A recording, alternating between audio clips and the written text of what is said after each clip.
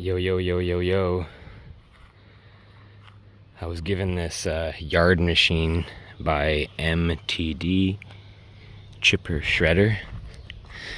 It's the Briggs and Stratton 825 series. When I was given it, the engine was seized and there was like an axe head jammed in the actual blade on this side.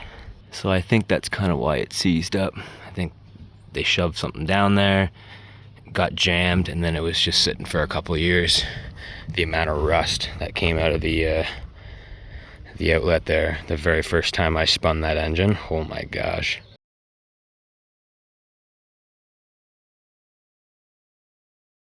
Super easy to unseize. I just took this off, these 4 bolts, and then there was a little bolt in here, and I just used my breaker bar on it, gave it a good couple of kicks, and off she went. Changed the spark plug, and I'll put the links in the description for those things too. Changed the spark plug, and I tried cleaning the old carb, and it actually costs more money to clean a carb now than it does just to replace it.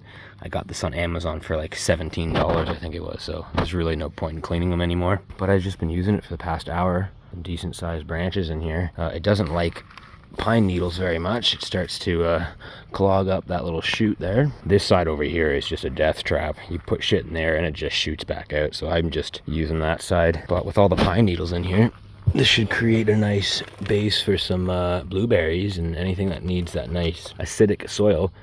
Hydrangeas. It does make a nice hole in the lawn, so if you are looking to get one of these, don't put it in the middle of your nice lawn. It's hard to get anything crazy like that in there. It works really well for straight pieces. Just been using a nice little pusher. Works good. But yeah, super happy. Like I said, I was giving it for free. Just had to fix it up, and now she's running. Let's turn her on here. There we go.